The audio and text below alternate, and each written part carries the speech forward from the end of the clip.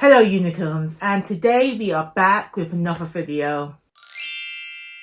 So in today's video we'll be talking about the January new releases that I am interested in that I may read this year or may not, depending on what my path takes me on. So let's start with January 9th.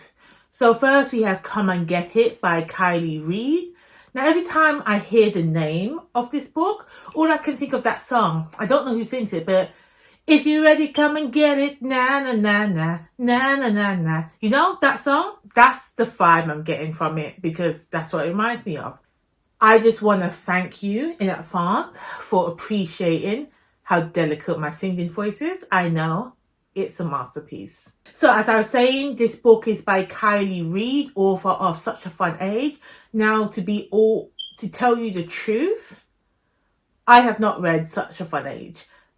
It's been on my hold at the library for so long, but every time it says it's available for me to get, I always just say deliver later because I'm not in the mood for it. I'm never in the mood to read it. So yeah, but Come and Get It sounds like a good time for me. The book is about I think it's a teaching assistant or a graduate or something to do with that role.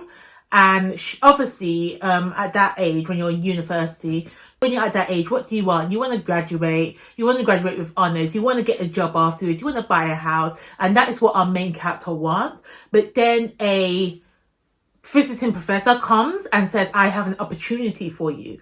Now, when I heard that, I automatically thought of something sexual. Like, it's tied in with that song. And then a professor saying, I have an opportunity for you. And I felt like it's more sinister. I think it's something sexual. I mean, if it's not, it's not. But that's the vibe I'm getting right now. The next book I have is you know what? I'm trying to talk to the camera while looking at my nose. It's not going to work. We're new here, so we're going to be looking at the notes and talking to you at the same time. Let's get with it.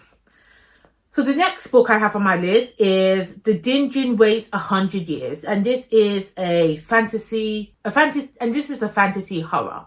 Okay? So, and that is by Shubnam Khan. That sounds like that's how it's pronounced. A Djinn Waits 100 Years. I was drawn to this title because the title immediately reminds me of the film 300 Years of Longing with Idris Elba. Loved that movie. It was fantastic. It surprised me. Wasn't expecting it to be that good. So I have no idea if this title is similar to that in any way. It's just the vibe I'm getting. And look at the cover. The cover's given. The cover, I want to read it just for the cover alone. But let's just see what they say it's about. So it says it's a sweeping, gorgeously atmospheric novel about a ruined mansion by the sea. The Djinn, is it Djinn or Djinn? I always say Djinn because of the D, but the D is silent. Not like a lot of D I know that talks too much, but the D in this one is silent. Let's do it again. So, a sweeping, gorgeously atmospheric novel about a ruined mansion by the sea, the Djinn that haunts it, and a tourist girl who unearths the tragedy that happens there 100 years previous. It's fantasy horror with a dose of historical fiction and some mystery mixed in. It says Rebecca meets Fatima Fahama Mizara. I'm not sure if I don't know what that means, but it's set in the south of Africa. So again, my interest has piped up again. So I'm going to read it. Also on the 9th, we have Somewhere in the Deep by Tanvi Berwa. I really should have looked at pronunciations, but I can't talk on a normal basis because I have the heavy tongue. So I do apologize in advance for any name that I say incorrectly. So this book, Somewhere in the Deep, is a YA fantasy genre by a South Asian author. And the cover alone makes me want to read it. I just saw the cover. I'm like, oh, sea animals. Yes. I don't know if there's pirates yet, but it's given. So it's about a 17-year-old who has to battle sea monsters in an underground fighting pit in order to save enough money and escape her island because her parents, who are dead, have left crippling debt and a bad legacy for her to inherit. Oh, family drama, sea monsters. Hopefully someone dies. Not like no. Hopefully someone dies, or, you know, urgency. It's given. It's on my list for a reason. Next new date, January 16th. We have a Drop of Venom by Sanji Patel. Now, this is an unapologetic feminist retelling of the I can't talk today. I can't talk. I need a drink. I came prepared.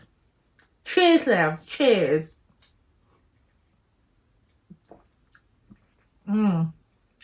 I squeeze my own grapefruits, and I do squeeze my own grapefruits, my own orange juice, and my lemon and lime and honey mixtures. I squeeze it all together for myself.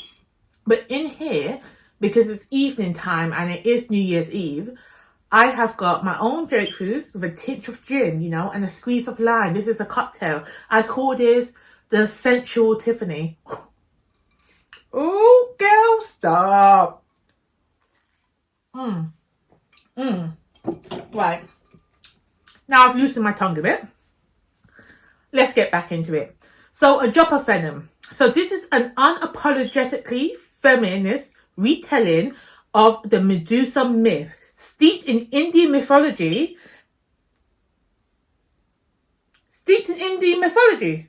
I think that's all I needed to read. I don't know why I have more notes. That's all I need to know. Because I am obsessed. First of all, I like Medusa. Athena did her wrong, okay? It wasn't her fault what that bastard Poseidon did to her. And Athena goes and curses her. No, did wrong. So hopefully she gets some revenge, you know? Because I didn't appreciate that storyline, that Greek myth. That one don't sit right with me. No. Next, I've seen this on everybody's anticipated releases, and for good reason. Okay, we have So Let Them Burn by Camila Cole. Now, this is a Jamaican-inspired fantasy that follows a God-blessed heroine who is forced to choose between saving her sister or protecting her homeland. And there are dragons. That is all I needed to know. Okay, that's a little bit too much. All I needed to hear was Jamaican-inspired fantasy and I was already sold. Okay, and then you have this cover.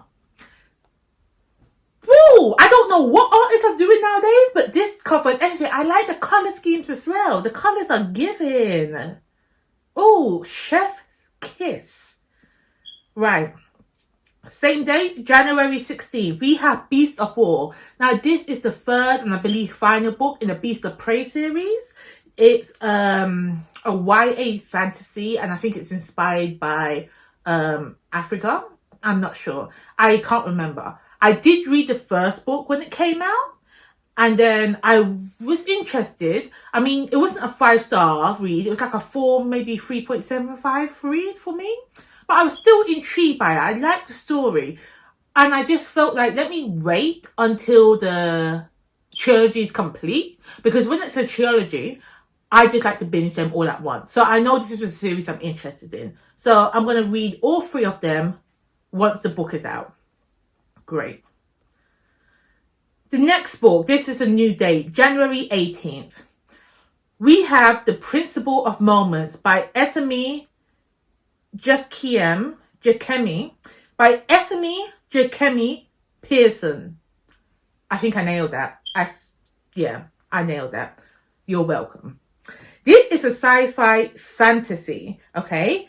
And it's, I just read the first line again. So this is what this is about. A century-spanning space fantasy novel that will take you on a whirlwind adventure from a Regency-era love affair between a time traveler and the prince waiting for him. Oh, yes. So a prince waiting for him in the past to a rescue mission in the 60th century where a girl desperately races against time as he searches for the sister the Emperor stole. Oh, I knew this was on my list for a reason. Yes, I'm excited for it. And I feel like this book will be a perfect blend between high-stakes action and a more intimate, romantical story. I like the contrast between the both. Okay. On January 18th also, we have Voyage of the Damned by Francis White. This is a fantasy mystery. So because it's a mystery, I didn't really want to read into it to know more about what's happening. I just got pirate vibes from the cover and from Voyage, because Voyage means sea travel, no? Anyway, I just read little briefing is, this is about solving a murder on the high seas in a fantasy setting. That's all I need to know. That really is all I need to know. It's got two of the things that I love in books. High seas fantasy and a murder mystery. I'm excited. So the next one, I had this on my anticipated list last year, but I didn't get released for some reason. I wasn't really looking into the information. But this is Room City. It's a sci-fi. It's out on January the 23rd, and it's by Toloto Tamasi. Is the T silent? So is it Loto Sasam? I'm sorry. Again, I can't talk right. It's a problem. But this book, Room City. So Room City imagines a dark and deadly future Botswana, rich with culture and true folklore, which begs the question, how far must one go to destroy the structures of inequality upon which society was founded? How far must a mother go to save the life of her child? Ooh. Now, I just finished reading the 5th season by N.K. Jemisin, and how far must a mother go to save the life of a child? That is giving me that kind of vibe, because in the 5th season, the mom is literally traveling to try and save her daughter from her husband, who's already killed one of her babies, you know? So it just gave me that vibe, okay? Yeah. Shall I read a bit more? I don't know if let me just see. Oh, okay, I tell you what more is about. So it goes, Neela seems to have it all. Wealth, fame, a husband and a child on the way. But in a body her husband controls, via microchip, and the tailspin of a loveless marriage, her hopes and dreams come to a devastating halt. A drug-filled night of celebration ends in a hit and run to dodge a sentencing in a society that favors men. Okay. Neela and her side piece, girl. She got a side piece? So whose baby's... No, let me know. So Neela and her side piece, Janif... Something, I ain't saying that name. Finish the victim off and bury the body. Oh, so you mean to tell me it's a hit and run, and instead of like leaving him to die alone or just getting help like you should do, they kill him. They finish them off and hide the body. It's giving me Afrofuturism, okay? It's giving me Thelma and Louise vibes, but black, and I don't think they're friends because they're lovers. Forget what I said about 5th season. I like this. Yep, this is why it's on the list. I already know that I'm going to read. It's on the list for a reason. Sippy sip time. Sippy sip. Am I like 4? I'm taking a drink like a big girl. Yes. Happy New Year, everybody. Let's get back into it. So, now we're getting to the end of the month now. So, literally 30 days from the day that I post this video. January 30th, we have Mrs. Quinn's Rise to Fame. My hands wet. Alright. January 30th, we have Mrs. Quinn's Rise to Fame by Olivia Ford. And this is a cozy, contemporary type of novel. Okay? It says a huge-hearted, redemptive coming-of-old-age tale, a love story, and an ode to good food. Oh! This is why these books are on the list. This sounds so good. Okay. So now I love reading books about the older generation, you know, and like coming of age tale, like it's normally coming of age where like you're young and you're making your way into the world. I've already experienced that. I'm in my dirty years right now. Okay, I'm in the dirty years. So the fact that this book is a coming of old age, this is the next step. I mean, a good couple of decades from now, I'll be coming into my old age. So I'm ready for this. And I need it to tell me how to navigate the next stages that I'm coming to, because adulting is hard. Don't let nobody tell you no different. Adulting is one of the most complex things we as humans have to navigate in our lives. Okay, the next book we have is The House of Plain Truth by Donna Hemans. This is also on the 30th. The genre of this is a fiction. Okay, so this story is about a fractured Jamaican family and a daughter determined to reclaim her home. With news of her father's passing, Pearline, such a Jamaican name, but Pearline abruptly leaves her daughter and grandchildren behind in Brooklyn to return to her childhood home in Jamaica. But Pearline isn't prepared for what her father's puzzling deathbed wish, that she find her siblings who she hasn't seen in 60 years and discover the secret that tore the family apart. It's giving me Black Kate vibes. If you haven't read Black Kate, it's giving me the same thing. A deathbed confessions, and your parent that died is telling you a death secret that you have to uncover. It's giving me the same vibe. And Black Kate was a fantastic read. It was a 5-star read for me, and I still need to watch the TV show on that. But anyway, I'm going to read this book. I'm going to read it. The next book we have, also on the 30th, is Queen of Sugar Hill by Rashonda Tate. This is a historical fiction. Okay? It says a fascinating fictional portrait of Hattie McDaniel, one of Hollywood's most prolific but woefully underappreciated stars, and the first Black person to ever win an Oscar for her role as Mammy in a critically acclaimed film classic. I'm reading it so wrong. For her role as Mammy in the critically acclaimed film classic Gone with the Wind. Oh,